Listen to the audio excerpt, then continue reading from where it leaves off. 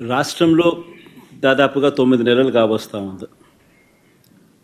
ప్రభుత్వం మారి చంద్రబాబు నాయుడు గారి ప్రభుత్వం ఏర్పడి. ఈ నేపథ్యంలో 9 నెలల వెనక్కిపోతే ఎన్నికలకు ముందు చంద్రబాబు గారి నోట మాట ఏమిటి అనంటే బాబు షూరిటీ భవిష్యత్ గ్యారంటీ అని చెప్పి చంద్రబాబు నాయుడు గారి నోట వినిపించే ఒక కామన్ ఫ్రేజ్.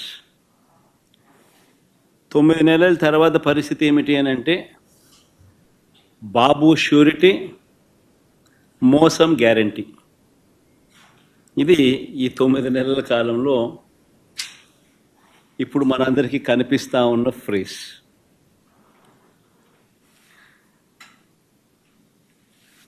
చంద్రబాబు నాయుడు గారు ఎన్నికల వేళ చెప్పిన ప్రతి మాట, ఆ మేనిఫెస్టో అంటూ తాను రిలీజ్ చేసిన మేనిఫెస్టోలో తాను చెప్పిన మాటలు, ఎన్నికల వేళ బటన్ నొక్కడం అయితే ఏముంది, అదేం పెద్ద పనా, ముసలావిడ కూడా బటన్ నొక్కుతుంది అన్నాడు. అప్పట్లో నా చంద్రాయుడు ముసలావిడ కూడా కుర్చీలాక్ ముసలావిడ కూడా బటన్ నొక్కుతుంది, అదేమన్నా బటన్ నొక్కడం గొప్ప సంగతి అని చెప్పి అన్న సందర్భాలు మనం చాలా చూసాం.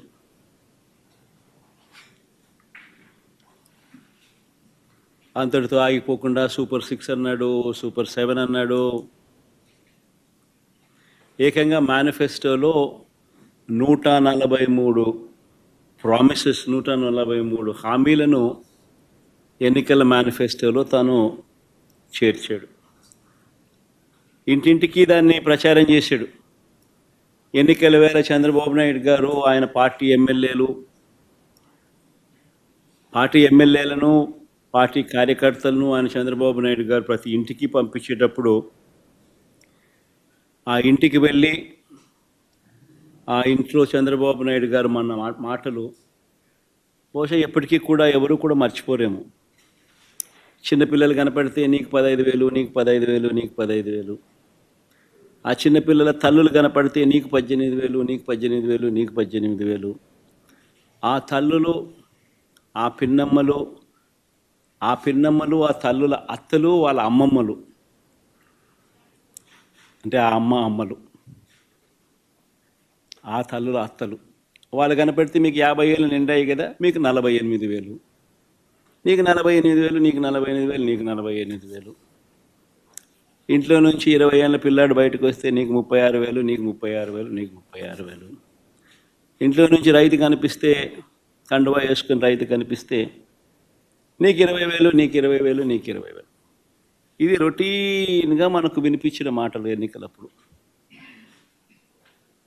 ఈనాడు చూసినా, ఆంధ్రజ్యోతి చూసినా, TV5 చూసినా, వాళ్ళ ఇళ్ళట్లో నుంచి వచ్చే మాటలు విన్నా, ప్రతి ఇంట్లో రొటీన్గా కూడా ఇవన్నీ కూడా మనకు వినిపించే మాటలు. ఇవే కాకుండా ఈ హామీలన్నిటికీ గ్యారంటీ ఇదిగో బాండ్లు అని చెప్పించారు. బాండ్లు, హామీలకు గ్యారంటీ అంటూ ఇంటింటికి బాండ్లు కూడా పంచారు. అమలు చేయలేకపోతే ఏమన్నారు, అమలు చేయలేకపోతే చొక్కా పట్టుకోండి అన్నారు. అమలు చేయలేకపోతే చొక్కా పట్టుకుని నిలదీయండి అని కూడా అన్నారు. ఇప్పుడు వీరిచ్చిన బాండ్లు ఏమైనాయి, ఇప్పుడు వీరు చెప్పిన మేనిఫెస్టో హామీలు ఏమైనాయి, వీరు పంచిన పాంఫ్లెట్స్ ఏమైనాయి, ఎవరి చొక్కా పట్టుకోవాలి?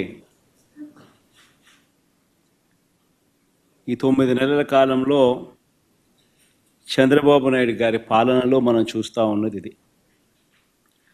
మరోవైపున చూస్తే రాష్ట్రానికి సంబంధించిన అప్పులు కేవలం ఈ 9 నెలల కాలంలోనే రికార్డులు బద్దలు కొట్టేసి బహుశా ఎప్పుడు కూడా ఏ ప్రభుత్వము కూడా ఈ స్థాయిలో అప్పులు చేసిన పరిస్థితులు బహుశా దాఖలాలు ఎప్పుడు కూడా లేవు.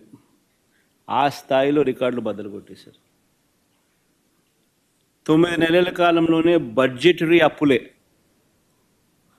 అంటే with in the purview of FRBM పరిధిలోకి వచ్చే బడ్జెటరీ అప్పులు, అంటే public account and public debt అప్పులే అక్షరాల ఈ 9 నెలల కాలంలో 80,827 కోట్లు.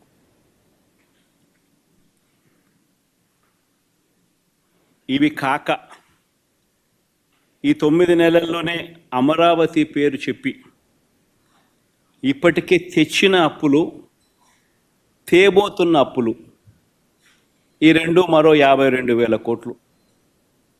World bank and ADB, Asian development bank, world bank నుంచి 15,000 కోట్లు, కేఎఫ్డబ్ల్యూ జర్మనీ నుంచి 5,000 కోట్లు, హుడ్కో నుంచి 11,000 కోట్లు, సిఆర్డిఏ ఏకంగా కమిట్ అయిన అప్పులు, అంటే కమిట్ అయినారు, మరో 21,000 కోట్లు మేము రేస్ చేస్తామని చెప్పి. సో చేసిన అప్పులు, చేయబోతా ఉన్న అప్పులు, రాజధాని పేరు చెప్పి మరో 52,000 కోట్లు. ఇవి కాక మార్క్ఫెడ్, సివిల్ సప్లైస్ కార్పొరేషన్ల ద్వారా మరో 8,000 కోట్లు, ఏపీఎండిసి ద్వారా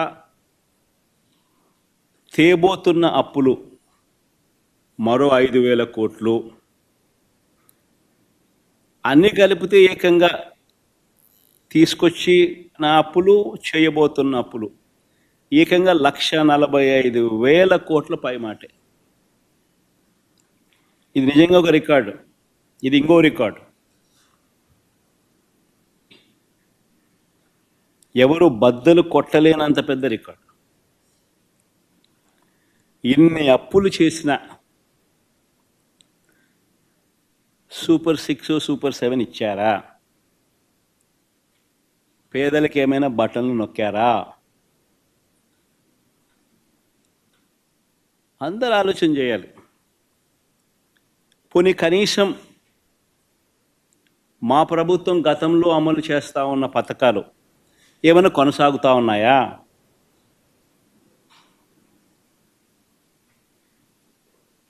సూపర్ 6 లేదు, సూపర్ 7 లేదు. మా ప్రభుత్వం అమలు చేస్తూ ఉన్న, గతంలో అమలు చేస్తూ ఉన్న పథకాలు పిల్లల చదువులకు అవసరమైన, పిల్లల చదువులను ప్రోత్సహిస్తూ, ఆ తల్లులను ప్రోత్సహిస్తూ, ఆ పిల్లల చదువుల కోసం, ఆ తల్లుల కోసం ఇస్తూ ఉన్న అమ్మఒడి పాయే, రైతన్నలకు తోడుగా నిలబడే రైతు భరోసా పథకం పాయే, వసతి దీవెన పాయే,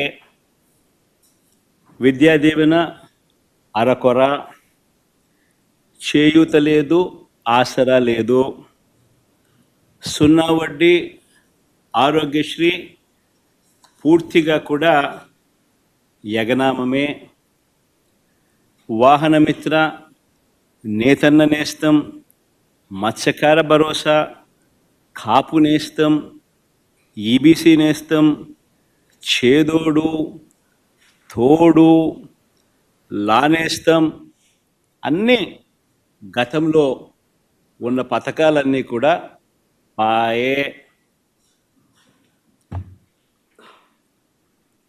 పిల్లలకు ట్యాబులు ఇచ్చే కార్యక్రమం కూడా పాయే. మరి నేను అడుగుతా ఉన్నా, 1,45,000 కోట్ల రూపాయల అప్పులు చేసినవి, చేయబోతున్నవి ఎవరి జేబీలోకి పోతా ఉన్నాయి?